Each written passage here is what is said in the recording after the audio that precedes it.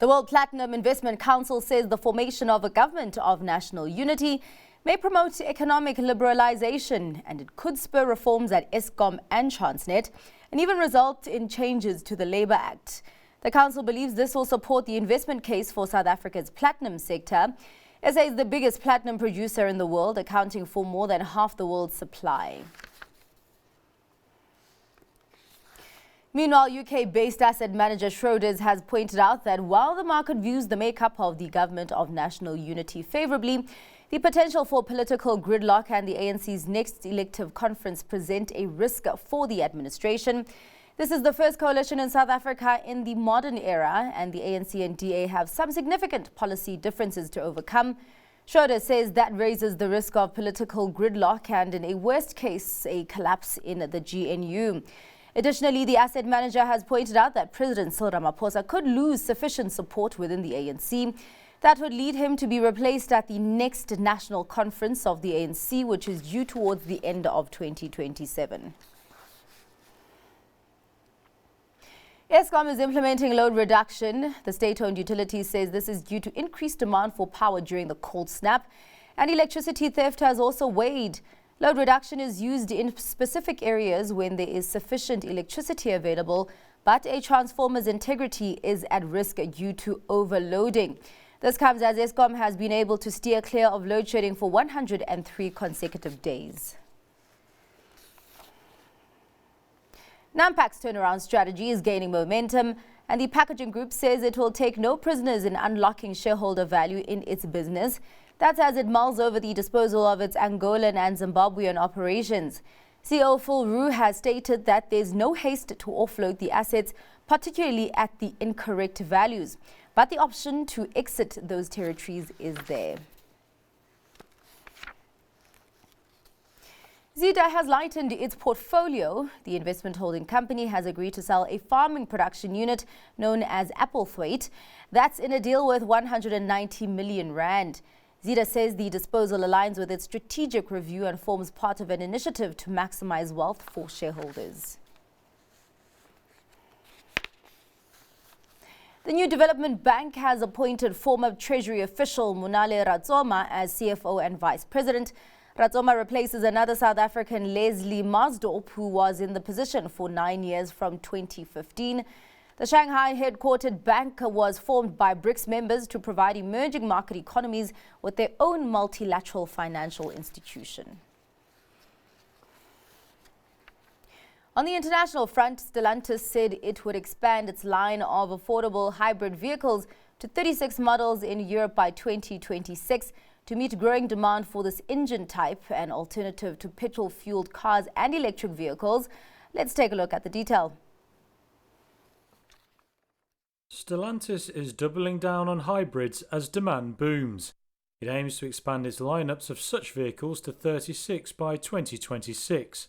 The automaker said Tuesday it would offer 30 hybrid models this year, covering most of its 14 brands, including Fiat, Peugeot and Jeep. It aims to launch 6 more over the following 2 years. Stellantis said it was responding to growing customer orders for hybrids in Europe.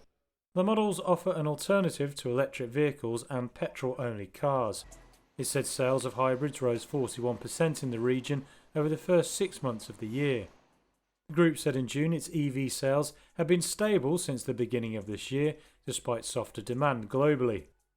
Stellantis said it was focusing on so-called mild hybrid vehicles which can't be plugged in. It says this system offers a similar CO2 gain to full hybrids, but at a lower cost to the consumer. And the UK Parliament sits for the first time since last week's general election, with the election of a new Speaker of the House of Commons and the sweeping in of a new MPs in focus. Let's check in with our reporter Darling Lechela for more. That's right, Zinati. Members of Parliament are gathered for the first sitting, and joining me to share more detail on everything taking place in the UK is DW correspondent Chibonda Chimbelu. Chibonda, thanks so much for your time today. Now let's get straight into it. What are going to be the main economic priorities today? Thanks for having me. Well, the Labour Party's landslide victory is seen as a rejection of the Conservatives, and a lot of that has to do with the UK's economic development in recent years. Turning the economy around will be a major priority. Some of the incoming government's plans include setting up a publicly owned green energy company. British citizens have been struggling with high energy bills, which have also contributed to the cost of living crisis and rising poverty in the country. So Prime Minister Keir Starmer's government wants to lift a ban on onshore wind farms to increase energy production while fighting climate change. They are also planning to build more homes to tackle the housing crisis and a new industrial strategy to spur production. But there are some areas where the government is planning to keep things as they are. It has committed to maintaining the current level of taxation, and Starmer's government also wants to reduce net migration to the UK. Now, that, of course, is something that would be expected of the Conservative Party. Internationally, one of the main goals will be renegotiating the Brexit deal with the EU. And just how much has that Brexit deal cost the UK economy? Well, the consensus is that the UK economy is worse off today than it was before Brexit.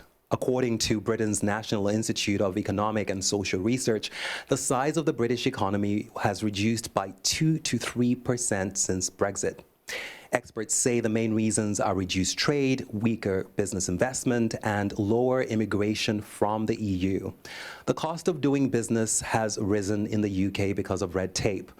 With the UK outside the EU customs union, there is more paperwork that companies need to do. And they are also having trouble finding workers because EU citizens are no longer able to move freely to the UK without having to apply for a visa. And this is why the new Labour government wants to renegotiate parts of the Brexit deal. Lastly, can we expect the new UK government to realign with the EU? Well, there are many people who believe that realigning with the EU is imperative for the UK economy to improve.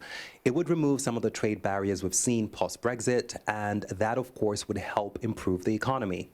The new British Foreign Minister, David Lammy, traveled to Berlin last week to meet with Germany's Foreign Minister, Annalena Baerbock. Of course, that may be a signal that the UK government wants to reset ties with the EU. Now, the main priorities will be a veterinary deal to reduce paperwork and border checks on animal products and mutual recognition of professional qualifications. And the Labour Party's manifesto also calls for a new UK-EU defence pact. Experts expect the European Union to be more receptive to attempts to increase security collaboration than efforts to change the economic terms of the Brexit deal.